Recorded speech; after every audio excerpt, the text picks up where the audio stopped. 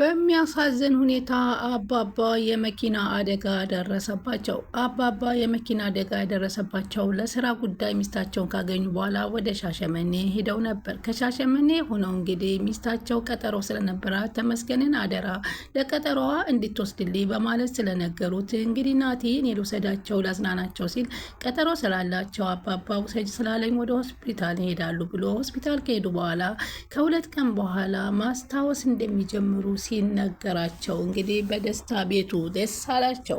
ከዛም እንግዲህ በሁለት ቀን ይመለሳል። ከዛም በተረፈ ደግሞ እንግዲህ የሽቷን፣ ልብሷን፣ ፎቶግራፏን አንዳንድ የድሮ ነገሮቿን ሁሉ እንዲታሳዩት በሁለት ቀን ውስጥ ትውስታዋ እንዲመለስ ተብሏል ተብሎ ሲነገሩ ተደሰቱ። አይ አባዬ እኮ በክብር ሁሉ እቃዋን አስቀምጦላታል ስትል ትሁት ተናገረች። ከዛም እንግዲህ በጉጉት ለሚጠብቀው አባዬ ደውሎ ለመናገር ተመስገን እማዬ ትደውልላቸው በማለት ስትል እኔ ነኝ ቶሎ ብዬ ማበስረው ብሎ ስትፍትፉ ናቲ የተስተፈተፈ ስልክ አንስቶ ወደ አባዬ ይደውላል። አባዬንም መኪና እየነዳህ ነው ወይ ሲለው አዎ ሲለው መኪና እየተነዳ እንደዚህ አስደሳችና አስደንጋጭ ነገር መናገር ክፉ መጥፎ እንደሆነ እያወቀ ግን ሚስትህ እኮ ማስታወስ እንደምትችል ዶክተር ተናገረ ብለው ሲነግሯቸው በድንጋጤ የመኪናው ፍሬን ለቀቁትና ተገጩ። አባባ በሚያሳዝን ሁኔታ በአሁን ሰዓት በሆስፒታል እየተረዱ ይገኛሉ። እናታች ሚስቲቱ ከቀናት በፊት ራሱ ፎቶግራፍ እያየች ይሄን ባለቤቴ ነው አወቅኩት አስታወስኩት እያለች ነበር። ሆኖም ግን ስሙ ማን ይባላል እያለች ከነትሁትም እየጠየቀች ነበር። በዚህ ቤት ውስጥ የሚኖረው ማን ነው እያለች ስለ ቤተሰቡን እየጠየቀች ነበር። እዚህ ቤት የምንኖረው ትሁትና አባዬና ናቲ ነን በማለት ትነግራታለች። ናቲ ቴና ነቃለችና እንግዲህ የህዝብ ቆጠራ እየተጀመረ ነው በዚህ ቤት፣ ስለዚህ በየቦታችንን ማያዝ አለብን ትሁት ትላታለች ኪችን ተከትላ። እሷም ኧረ አባዬ ይሄን አያደርግም ትላታለች። አባዬ ሴት የላከው ጅብ አይፈራም ነው የሚባለው፣ ይሄንን ወቂልኝ በማለት ትነግራታለች። አንቺ ለመሆኑ ማነሽ ስትላት እኔ የልጅሽ ሚስት የነበርኩ ነኝ በማለት ስትላት አሁንስ አሁን እንኳ አይደለም ልጄ የታለ አይፈልገኝም እንዴ በማለት ትጠይቃታለች። ልጅሽ ይፈልግሻል፣ ሆኖም ግን ወደ ገጠር ለስራ ብሎ ክፍለ ሀገር ከሄድ በኋላ አልተመለሰም ትላታለች።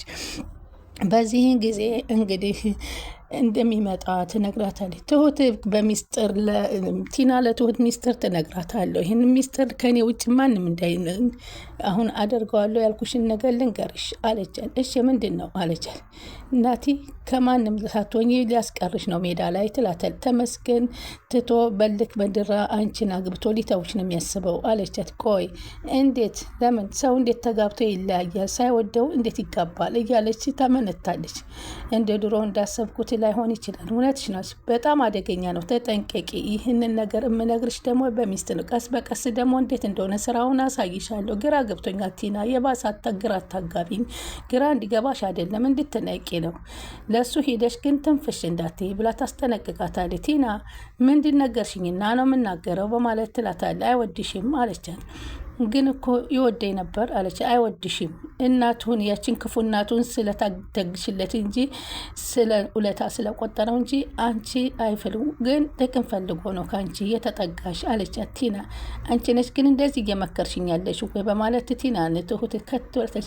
ዳኒን ረሳሹ ማለት ነው፣ እሱን ደግሞ ፍቅር ፍለጋ ነው የተጎዳሁበት። እነዚህ ግን የሰይጣን ቁራጮች ናቸው፣ አይሆኑሽም አለቻትና ነገረች። አሁን ምን አድርጊ ነው የምትይኝ አለቻት። እሱ ጥሩ ጥያቄ ነው አለ ትሁት። አንድ ተመስገንን አትግፊው አለቻት። እሱ ትቶ ከሄደ ናቲ ጥሎሽ ነው የሚሄደው። ስለዚህ ሌላው አለች ናቲን ስትቀርቢ ምንም እንደማታውቂ እንዳልተፈጠረ ሆነሽ እዩ አለችና መከረቻት።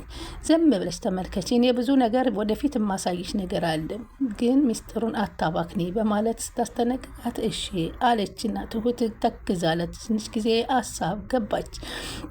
በማንኛውም ደህናዋይ ብላ ስትሄዳለች። አሁን ቲና አይነ በሲር ሆና የሆነ ሰውዬ ጋር ቀርባ ጉድ እየሰራችው ነው። ባለ ሀብትና ባለቤት እንደሆነች እየተነገረች ነው። ስለዚህ እሱ ደግሞ ሰራሁላት እሷ አላወቀችም ይላል፣ እሷም ደግሞ ሰራሁለት እየተባባሉ ይገናኛሉ። እንግዲህ ቲና ወደ ውጭ በር ስትወጣ ደግሞ ናቲን ታገኘዋለች። ለምንድን ነው ያላገሽልኝ ለእኔ እያለ ተመስገን እንደዛ ሲያደርገኝ ለምን አላገሽልኝም እያላት ነበር። በፍጹም ደግሞ ልታገዝ እንደማት እንደማትችል እየነገረችው ትገኛለች። ቲና ለምንድን እያረግሽ ነው? አንቺ ለምንድን ነው እኔን ለማገዝ የማታረግዥኝ? አላት። እየገባህ እያፈራረስከው ስለማገዝ ታወራለህ እንዴ? አለችው። በእርግጥ በአንድ በኩል ልክ ነሽ፣ አልዋሸሁም አላት። ወይ ጉድ፣ አንተ ራስህ ዞሮብሃል እኮ አለችው። ምንድን ነው የዞረብኝ? አለ ናቲ። ናቲ መጀመሪያ ምን እንደፈለግክ ወቅ አለችው። መጀመሪያ ተመስገን የሚባለውን ሰውዬ ማሸነፈ፣ ከዛስ እንዴት? አለችው። ከዛ በፍቃዱ አስወጥታ እንድትጥለው፣ ከዛስ አገባሃት፣ ከዛስ በደንብ አስብና ፍላጎትን ንገረና ወቅ አለችው። ከእሷ ጋር እኖራለሁ ብለሽ ነው አላት። ወድሃት ከሆነ ታዲያ የምታገባት ከእሷ ጋር ነው እንጂ የምትኖረው ስንት ሰው የሚያገባትን እኔ ካገባኋት በኋላ እኔ ዙሬ ዘወር ብዬ አላያትም አለ። ሰው የጣሉበትን ሲያነሱበት አይወድም አይምሰልህ አለችው። እሱ ከበቂ በላይ ፍቅር አላት፣ ግን አላወቀችውም አለች። መቼ እንገናኝ አለች። ደስ ባለች ቀን እንገናኝ አላት። ከዛም እንግዲህ እንደዚህ እያለች እሷ ለሁለቱም እውነታውን እየገለጸች ትገኛለች። የእናትየዋም አባትየው ልጄ እንዴት ነበር? ክፉ ነው ደህና ነው የኔ ልጅ ለምንድን ነው መጥቶ ማየኝ ስትል ክፍለ ሀገር ስለሄደ ነው መጥቶ ያይሻል፣ ግን ክፉ ጥሩም አይደለም መጥፎም አይደለም ስትል ለእናትየዋ ስለ ካሌብ ነግራቸዋለች። ናቲ እኮ ለእኔ ጥሩ ሰው ነው አለቻት ስለቲና። እንግዳስ ቲና ትሁት እንዲህ እናደርግ አለቻት። ምን እናደርግ አለቻት። ቲና ተመስገንን አንቺ የማትፈልጊው ከሆነ ለእኔ ልቀቂልኝ አለቻትና ፍቀጅልኝና እኔ ልሞክረው አለቻት። አንቺ አሞሻል እንዴ? እንደውም እኮ ይልቅ አሁን የአዲስ የመጣችው እድል የምትባለው እያዣበበች ነው አለቻት። ምን ማለት አለች። አዲሷ ልጅ ናት አለች። አይ ትሁቴ ስትንከረፈፊ ልታስበሊው ነው ልጁን አለቻት። አንቺን ፈልገሽዋል ነገሩም አለች። አታምኝም ስራዬ ራሱ አይፈቅድልኝም፣ ግን ስራሽ ምንድን ነው አለቻት። ሚስጥር ነው አይነገርም ማለት ሴተኛ ዳሪ ሆንሽ እንዴ ስትላት፣ አንቺ ያምሻል እንዴ እንዴት እንደዚህ አይነት ጥያቄ ትጠይቅኛለች ስትላት፣ ይቅርታ ቲና አለችና ለእኔ እንደዚህ ያዘንሽ ትመስላለሽ፣ ይቅርታ እኮ አልሽ አለች። ሴት አዳሪ መሆን ያን ያህል ስለምን እዚህ ሰፈር ታገኘ ነበር እንዴ አለቻት። አዎ ሱስ ልክ ነሽ አለቻትና ሚስጥር ስለሆነ አልነግርሽም አለቻት። እሺ አለች። ይኸውልሽ ትሁቴ ሚስጥር የሁለት ሰው ብቻ መሆን አለበት። ሚስጥር የአንድ ሰው ነው፣ ለሁለት ሰው ነው የሚባለው ስህተት ነው አለቻት። እና ደግሞ የምትፈልጊው ነገር ካለ አግዝሻለሁ ከጎንሽ ነኝ ስትል ትነግራታለች። እሷም ትሁትም ግራ የተጋባችው እሺ ብላ ትጠይቃታለች። እማዬ በር እያዩ እንደው ቆይ እድልዬ አለች። ቤቱ ባለቤት የለውም እንዴ አለቻት። እንዴ አለው እንጂ አለች። የቤቱ ባለቤት እኮ ያንቺ ባል እኮ ነው አለቻት። ደግሞ የዚች ቤት ይቺ ልጅ እዚህ ቤት እንደምትኖረው አለቻት። አንዳንድ ነገሮችን ማወቅ ይኖርብናል እኮ አለቻት። መቼ?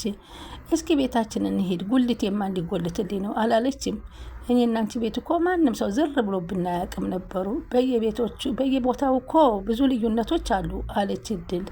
አሁን የጉልት አታስታውሺ እማዬ፣ አሁን እኮ የዚህ ቤት ሀብት ባለቤት ሆነሻል። እንዴት ነው ስለ ጉልት የምታስቢው? ጉልቱን እርሽው አለቻት እድል። ኧረ ተይ አለቻት። አሁን ናቲና ተመስገን ተቀጣጥለው ካፌ ተገናኙ። ምን ለማድረግ አስበህ ነው አለው ናቲ። ምን ሆነ ነው? በደህና ነው አለ። ጥሩ ሀሳብ ውስጥ ነበርኩ እኮ አለው ተመስገን። ደግሞ ለምን ስርዓት አይኖርህም አለው። ስርዓት ማኑ እያወከኝ ነው? ያለ ፍቃድ ስትቀመጥ ስንት ነገር አደርግ ነበር አለው። ቆይ ግን ራስ እንዴት ነው የምታየው አለው። ሌላስ? እኔና ትሁት ልንጋባ ነው። ይህን ደግሞ አንተ ታውቃለህ። ታዲያ የሰው ሚስት ቼክ ማድረግ ጥሩ ነው እንዴ አለው። ፍቅር እኮ ነው ፍቅር፣ ይገባሃል አለ። ሚስቴ ናት አለው። ባልና ሚስት እስከምትሆኑ ድረስ ሁለታችንም ጠባቂዎች ነን። ስለዚህ እሷ ደግሞ አንድ ሰው ትመርጣለች አለ። በመርጣኝ እኮ አሁን ተመስገን ሽማግሌውን ዳፋጥን ብላኛለች አለ ናቲ። ታዲያ ላክና የሚባለውን አንተም ላክ እኔም ላክና ይለይልን አለው። ይኸውልህ በኋላ እንዳትናደድ የዘንድሮ ሽምግልና ሰርግ ሆኗል አለው። እኔ እንኳ ባልሰራ ቤተሰቦቼ ይሰራሉ፣ እንዳንተ የከካም ድሃም አይደሉም አሉ። የኔ አባት እንዳንተ እኮ አጸያፊ ሰርቶ እስር ቤት የገባ መሰለህ እንዴ አለው። ምን ችግር አለው አለው። ልክ ነህ አለው። ለልጅ ከተረፈ ጥሩ ነው፣ ግን ለልጅ አልተረፈም፣ ለሴት ነው የተረፈው ገንዘብና ሀብታችሁ። ይሄን ያክል ነው የእናንተ ሀብት። ስለዚህ ከዚህ በላይ ሳንጣላ እኔ ልሂድ በማለት ጥሎት ቁጭ አርጎት ናቲን ይሄዳል። እንግዲህ ናቲ በየሄደበት ስድቡንም ሽሙጥጫውንም እየሰማ እየበገነ እየተናደደ አሁንም ግን ያው ነው። ምንም መቼም አይስተካከልም። ቲናን ውጪ ከዚህ ቤት እኔና ትሁት የምናወራው ነገር አለ ስትለው፣ ውጣ አንተ፣ እኔ ነኝ የምወጣልሽ፣ ጭራሽ እዚህ ቤት እንዳይህ አልፈልግም ስትለው፣ አንቺ የለየልሽ እብድ ነው፣ ታዲያ ከእብድ ጋር ምን ያጫውተሃል አለችው። እሷም መልሳ ትሁት ብትፈልጉ ውጡ እና ራሳችሁ ውጭ ተነጋገሩ በማለት ትናገረዋለች። ጀግና ቲና አፋጠጠችው። እሱ ባለቤትነት እየተሰማው ጎራ ሲል ውስጡን ስለምታውቅበት እውነታውን ለምን አያወራም ከጀርባ ሌላ ሴራ ይሴራል ብላ ትነድ። እኔ ትሁት አንቺን ማቅሽ በእውነተኛነትሽ ነው አለና ጠየቃት። አሁንም እኮ እንዳሰብከው አይደለም በማለት ትለማመጣለች። እሷ አዲሷ ልጅ ሳይወዳት አይቀርም አለችና አለና ንግድ ወይም ከአንቺና ከእሷ እየመዛዘነ ይመስለኛል አለ። ናቲ ምን እያልክ ነው አለችው። እንግዲህ እውነቱ ይሄ ነው አለች ናቲ። በቃ እኔ ለእኔ ብቻ ይቅርታ አድርግልኝ ትለዋለች። አሁን ደግሞ የኔ አሻንጉሊት ናት እንደፈለግኩ አደርጋታለሁ አለኝ እኮ። ምን አለች ትሁት።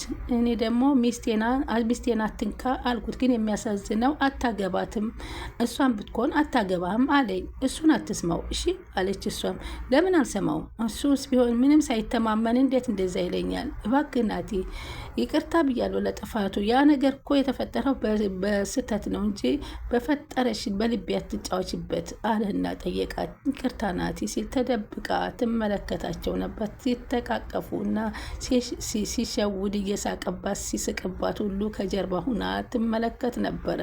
በሚገርም ሁኔታ እንደማይፈልጋት ሁሉም እየተገነዘቡ እያዩ ነው። እሷ ግን ምንም ቢነግሯትም ውሃ ቢወቅጡትም ቦጭ እንደሚባለው ሆናለች። በፍጹም አይገባትም ትሁት። አሁንም ነገሮችን እንኳ በግልጽ እየነገረች አታመነታታለች። የሚያሳዝነው ግን ሴትየዋ እንግዲህ ባለቤቴን አገኘው ብለው ተደስተው ሳይጨርሱ እንደዚህ አይነት ነገር መምጣቱ በጣም ያሳዝናል። እንዲሁም ደግሞ ወጣ ብለህ እስቲ ያዝናናን እያሉ ናቲን እንደ መልካም ሰው እያዩት ይገኛሉ። የአባባ ሚስት በፍጹም ግን ናቲ መልካም ሰው አይደለም። መልካምነቱን ካዩ ከተመስገን ነበር። ተመስገንዬ እንዴት አደርክ? ደህና አደርክ የኔ ልጅ በማለት ነበረ የተቀበሉት።